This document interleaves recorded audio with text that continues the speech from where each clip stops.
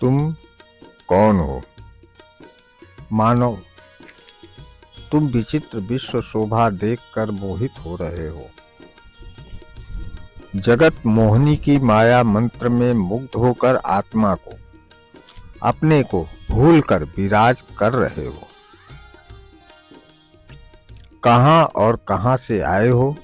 किस लिए शरीर को ग्रहण किया? तुम्हारा और यह दृश्यमान दिखने वाला जगत का परिणाम किस प्रकार?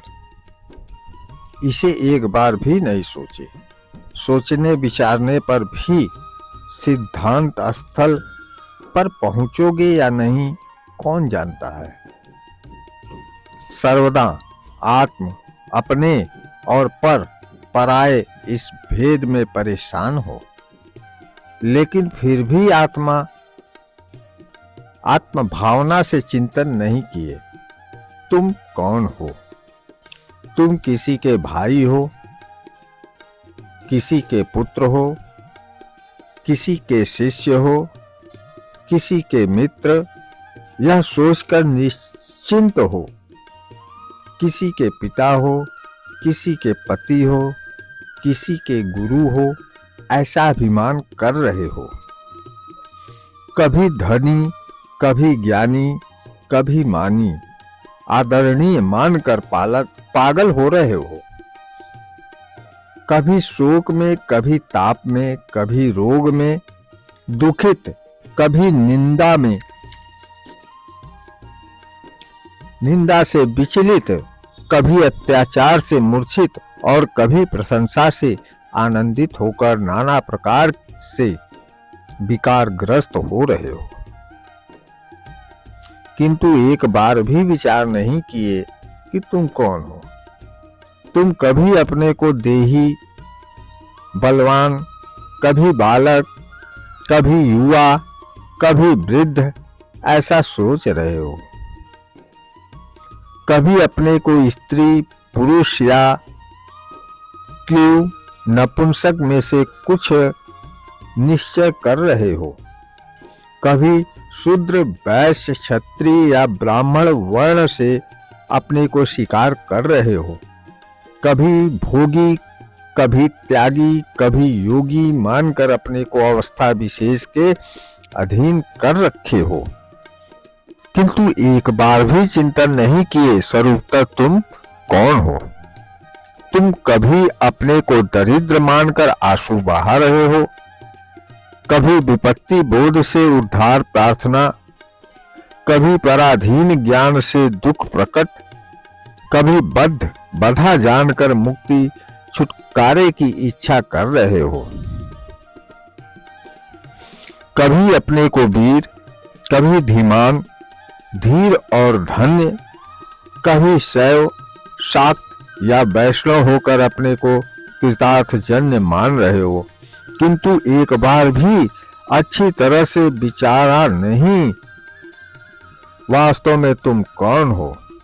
तुम कामना के अभिभूत होकर, सुख संभोग में उन्मुख, क्रोध में पागल होकर, पर पीड़न, दूसरे को कष्ट देने में उत्तेजित, लोभग्रस्त होकर पर द्रव्य अपहरण में अग्रसर हो रहे हो।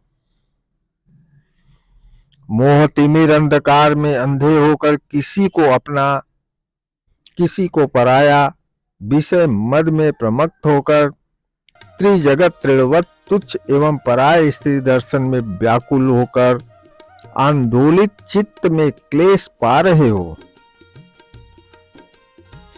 किंतु दिव्य ज्ञान से किसी पदार्थ को विचार कर नहीं देखे कि यह सब क्या है, और खुद को भी जाने नहीं कि हम कौन हैं। तुम सामान्य बुद्धि से क्यों घमंड कर रहे हो? जिनके समक्ष पृथ्वी एक धूल कण, सूर्यमंडल एक क्षुद्र वर्तुल, अगाध सलिल राशि गोष्पद जल, वहां पर क्या तुम्हारा क्षुद्र देह, क्षुद्र प्राण गणनीय हो सकता है? वहां पर क्या तुम्हारा सत्ता दृष्टिगोचर हो सकता है? अहम ममेति, व्यर्थ अभिमान त्याग करो। जड़ और चैतन्य की सत्ता पृथक रूप से अनुभव करने की शिक्षा ग्रहण करो। सद्गुरु प्रदेश में अमृत वाणी मस्तक में धारण करके निर्मल भाव से दर्शन करो। तुम कौन हो?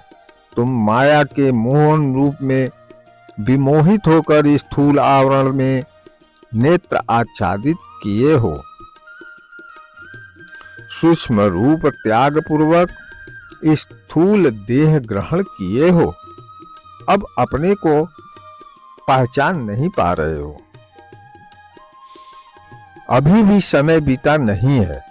इसी प्रहर आत्म तत्व निर्णय करके पहचान लो तुम कौन हो। साधु सन्यासियों से पूछो, शास्त्रानुमोदित सत्य अन्वेषण करो। बाह्य व्यापार विस्मृत होकर गंभीर योग सागर में अवगाहन करो। राग द्वेषादि को परित्याग कर शांतिपूर्व आत्मा में प्रवेश करो। वहां के नित्यानंद निकेतन के सन्मुख सुशोभित अखंड निर्मल दर्पण में विशुद्ध दृष्टाकारा बुद्धि सत्ता में अवलोकन करो। तब जान सकोगे कि तुम कौन हो। अपने को न जानकर तुम किसके सुख के लिए धर्म साधन करोगे, किसके बंधन मोचन के लिए ज्ञानोपार्जन करोगे? पहले विचार कर तत्व निरूपण करके देखो कि तुम्हारा दुख या बंधन क्या है। मोह निद्रा में निद्रित होकर मैं जन्मा हूं, मैं मृत हूं, मैं युवा हूं, मैं वृद्ध हूं, मैं दुखी हूं, मैं बद्ध हूं इत्यादि बोध में व्यर्थ रो मत। एक बार जाग कर देखो तुम किस अवस्था में हो। स्वरूपतः तुम कौन हो? निज सौरभ मुग्ध मृग की तरह स्वात्मानंद के उद्देश्य से नाना देश में भ्रमण मत करो। नपने में ही आत्मसत्ता वर्तमान है। एकाग्र चित्त से गुरु मंत्र के आत्मयोग साधना करो। तब कोई संशय नहीं रहेगा, भेद बुद्धि तिरोहित होगा।